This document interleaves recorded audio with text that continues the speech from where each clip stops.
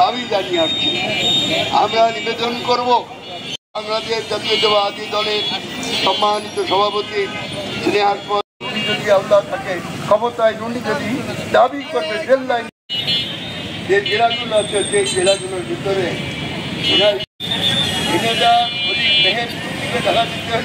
কাজ করতে হয়। যদি আমরা নির্বাচিত হতে পারি তাহলে আমরা ফিরে দাবি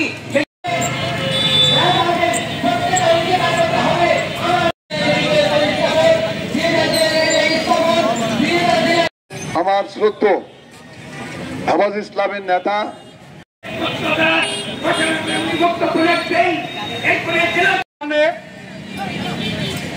কোন উন্নয়নের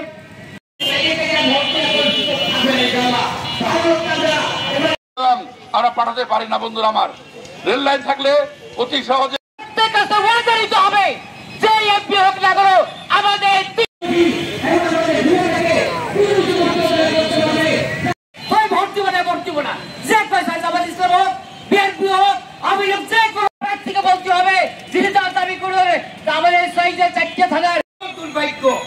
সম্মানিত উপস্থিতি ঝিনাইদহ মেডিকেল কলেজ